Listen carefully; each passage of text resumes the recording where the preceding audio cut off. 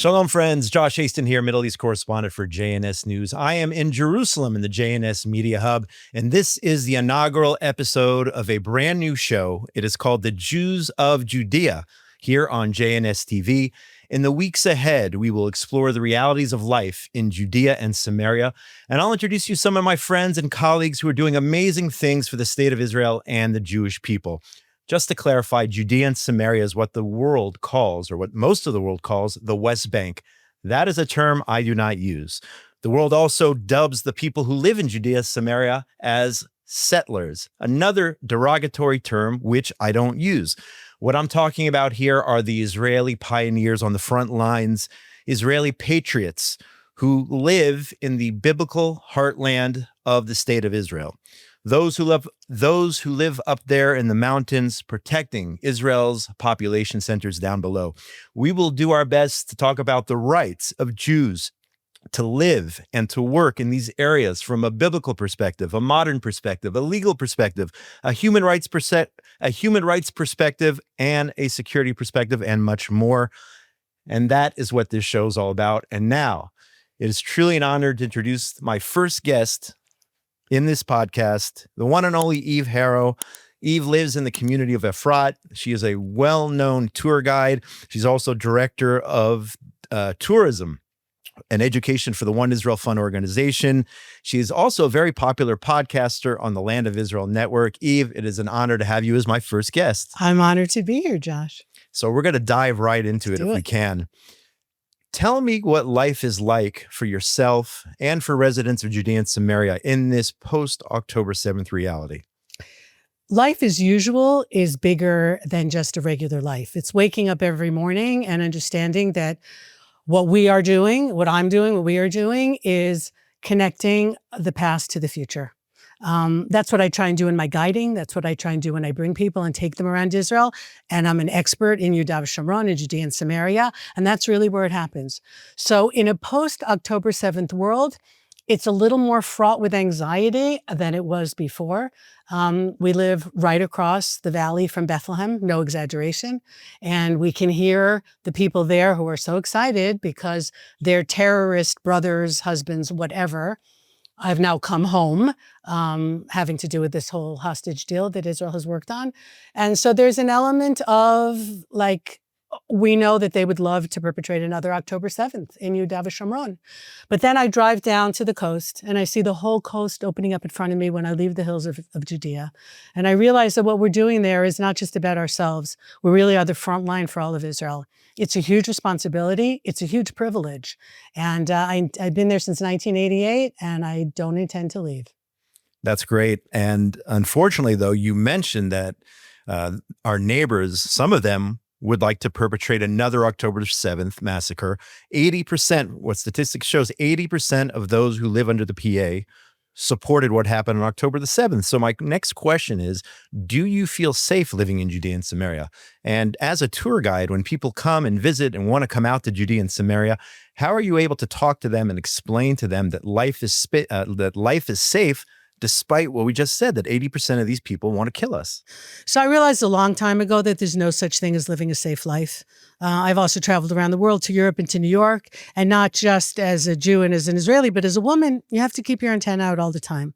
I broke with my fear of driving in Judeacation many, many years ago when there was a terror attack in Elon Moreh, and I knew the people who had been involved, and I wanted to pay a condolence call, a shiva call there, and nobody would go with me. It was over 20 years ago, and people wouldn't come. They said the roads aren't safe.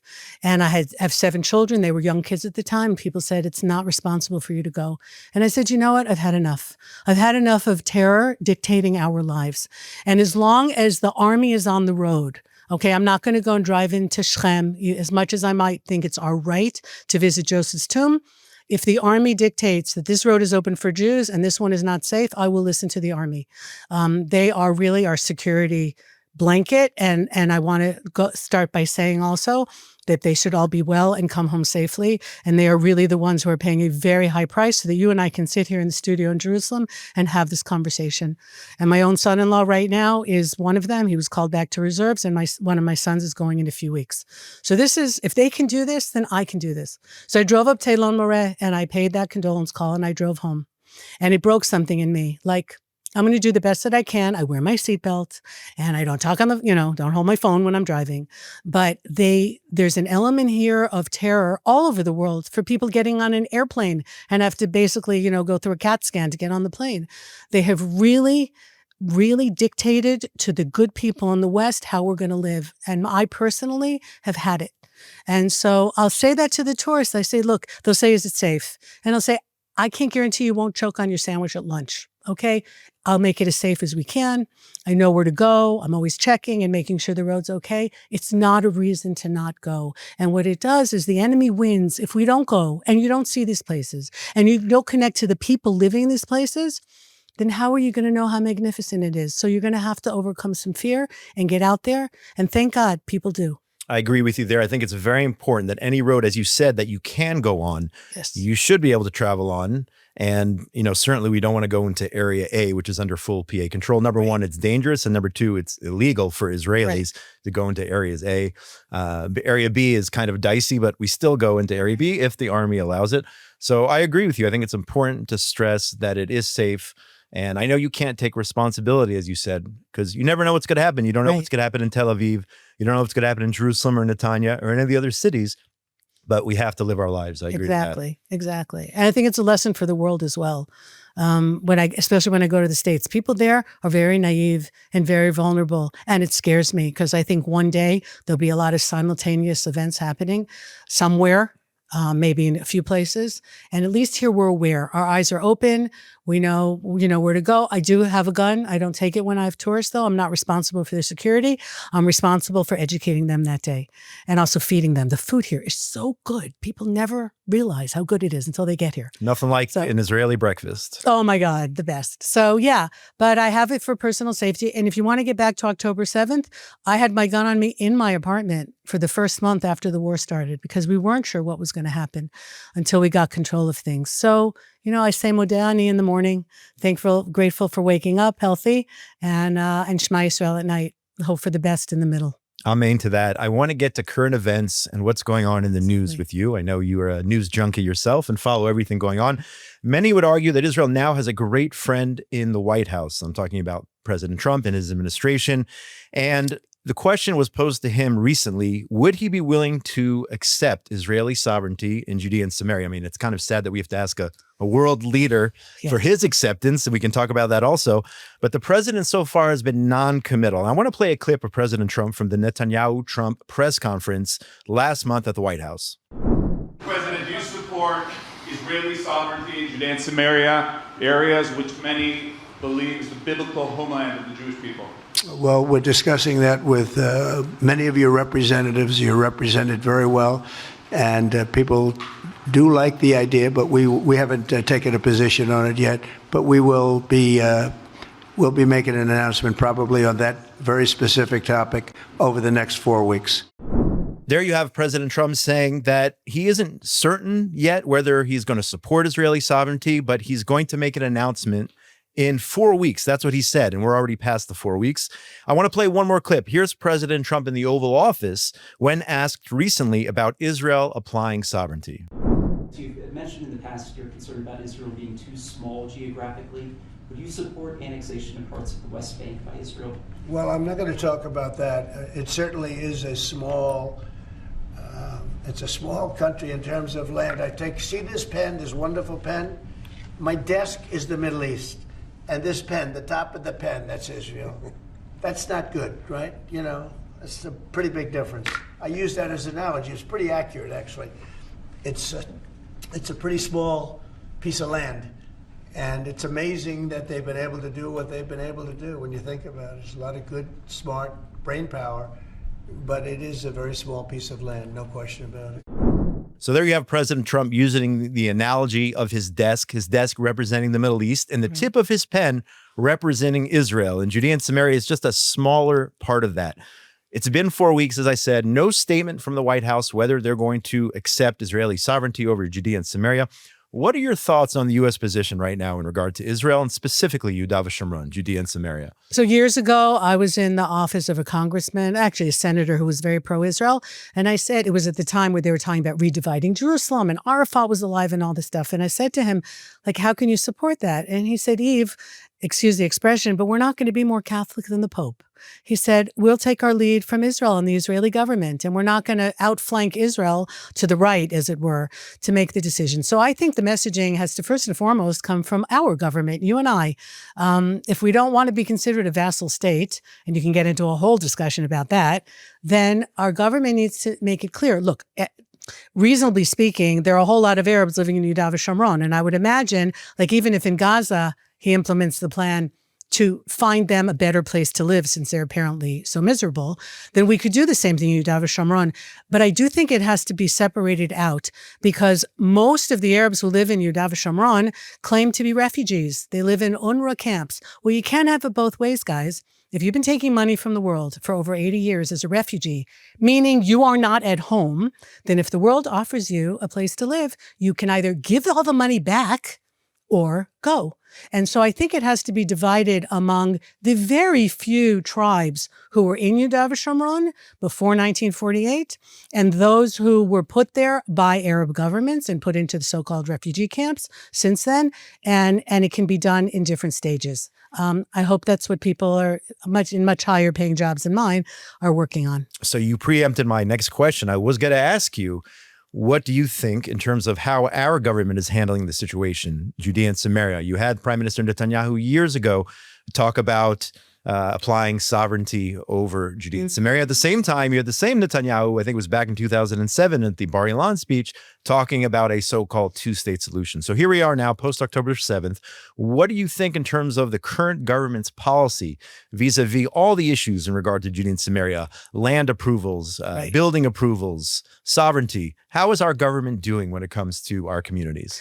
Not as well as I would like to see. I mean, I drive around Judean Samaria all the time, and there is so much more Arab building, including in Area C, which is under complete Israeli sovereignty by the world. The Oslo Accords that divided into A, B, and C were signed by world powers. So this kind of flagrant violation of the Accords, actually the world should be on top of. But not only are they not, the EU is helping to fund them. And that's an entire long story. I'm sure you'll have a guest here who will be able to elaborate more there.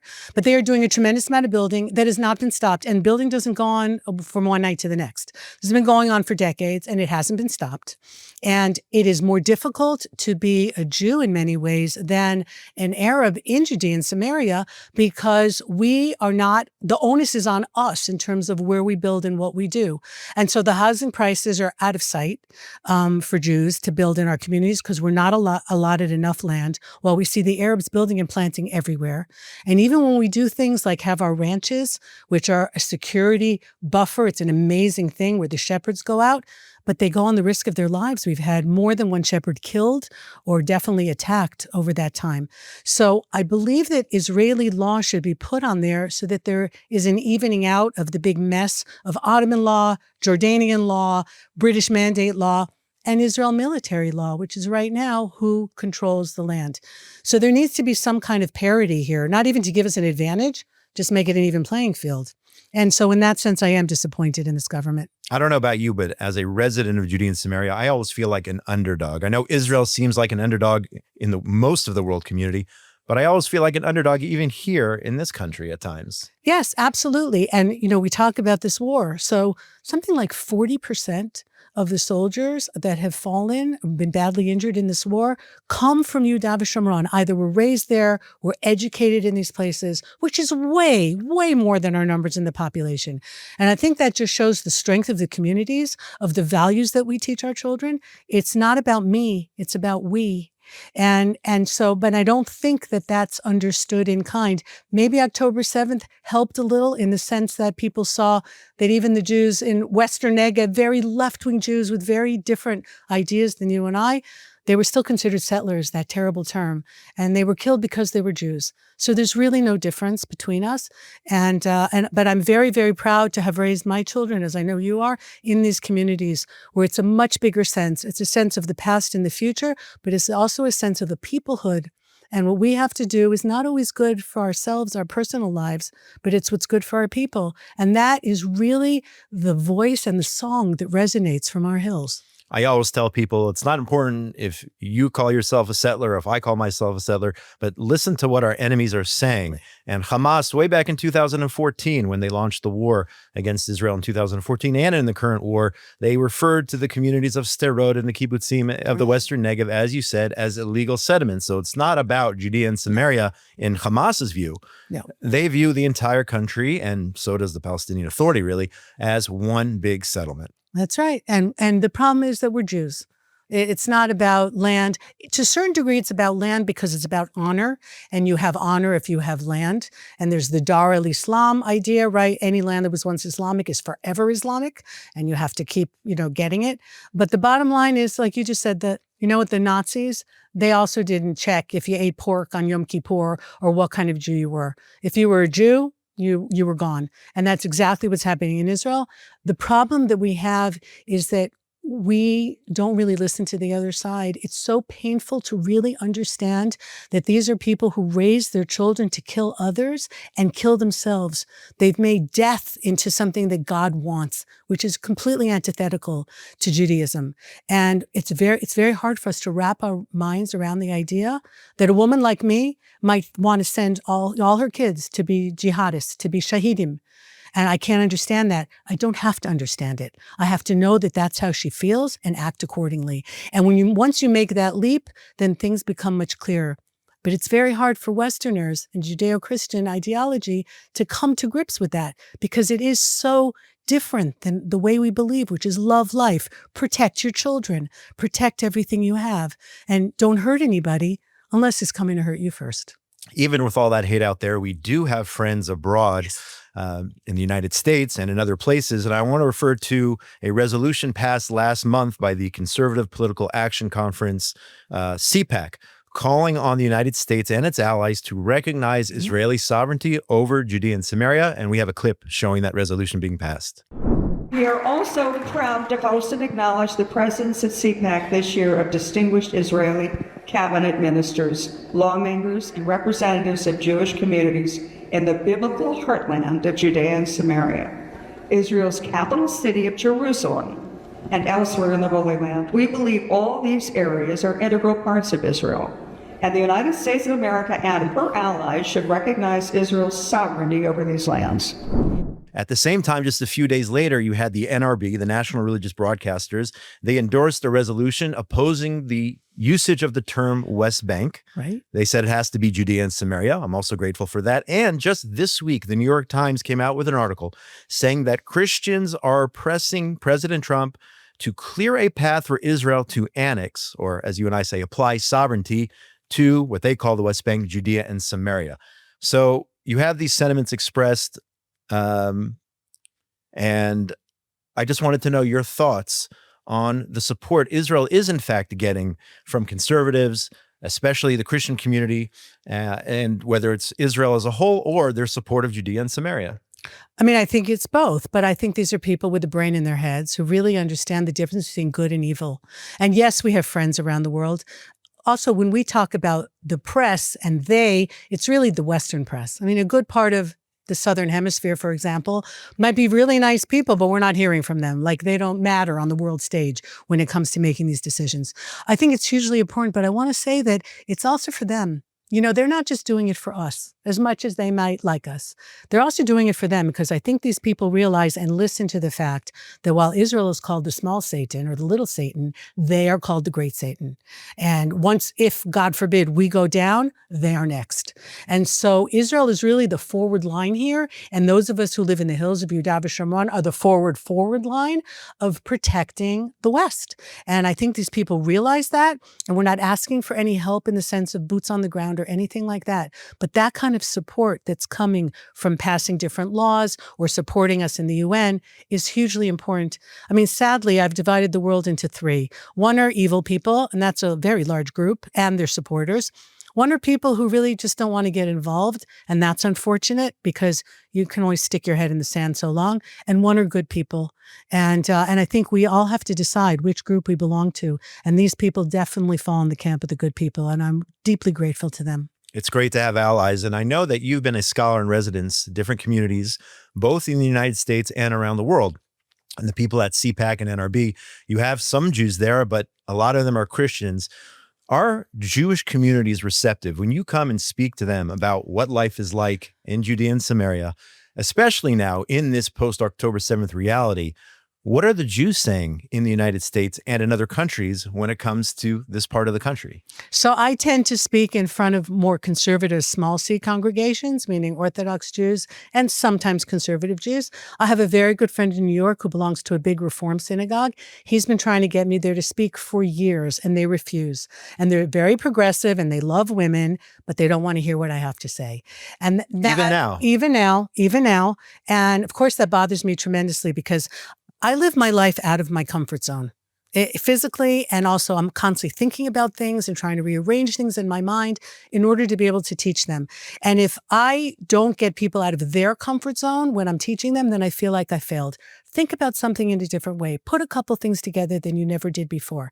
And people who are claiming to be the liberal, progressive, open-minded thinkers, I find are some of the worst, and they don't want to be challenged, and they don't want to be told that maybe there's another way of thinking. So that's very hurtful, but I also feel like it's their loss. But unfortunately, we have a lot of Jews like that in the United States who even now have doubled down. And that's painful, but there's only so much I can do.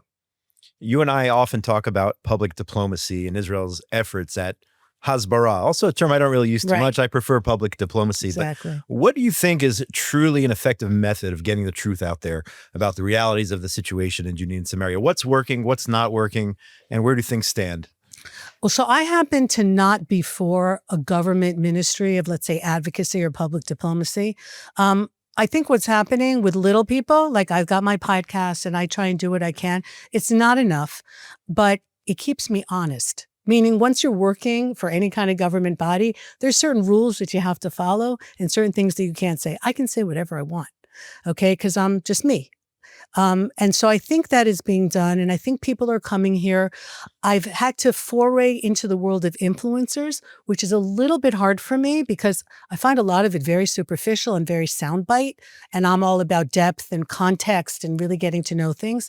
But I understand that there are some who really do have a lot of influence, and they have followers, and they fill a niche that I can't fill. And so some of them are just doing it for self-promotion, maybe most of them, but some of them have really gotten out there and very bravely and actually paid a large price because some of them are famous beforehand, hence they're influencers, and they've paid a price, lost jobs, lost friends, and they are very brave. So I think it's coming at it from a few different ways. Look, social media is very dangerous because you put out a message and you can't pull it back. So it has tremendous capabilities and positive sides to be able to do that. It also has the negative because people can put out lies and then you can't pull them back. And pictures that came out of Gaza without any context about what's happening there. But if people use it wisely, then I think it can be a great avenue. And yes, we can always do better, but we're up against a lot of money. The left seems to have endless amounts of money to tie us up in court, to close us down. But you mentioned the administration in America, which is also saying to some of the universities, you can't allow what's happening we're going to pull your funding. And so that's also huge that that's happened. So there are good people out there. We just have to work 4 times as hard as the bad people. Certainly a welcome sign what's going on in terms of the administration and college campuses. But as you said, in terms of social media, there are so many, I think the statistics show the next generation or the younger generation, they rely on TikTok, Instagram as their primary news source. So it's crucial to get the message out on those platforms, even if it's something that you or I are not 100% comfortable with. Exactly. But it is so important for that next generation. I mean, education is the key. on every level. So if it's in a classroom, you have to make sure that the teachers are teaching the truth. And if it's a 90-second TikTok, then it better be somebody who knows how to blast things out and do it correctly. The question is, who's watching it? Are you ready to speaking to the choir, or are you actually getting people who don't know and want to know to see that?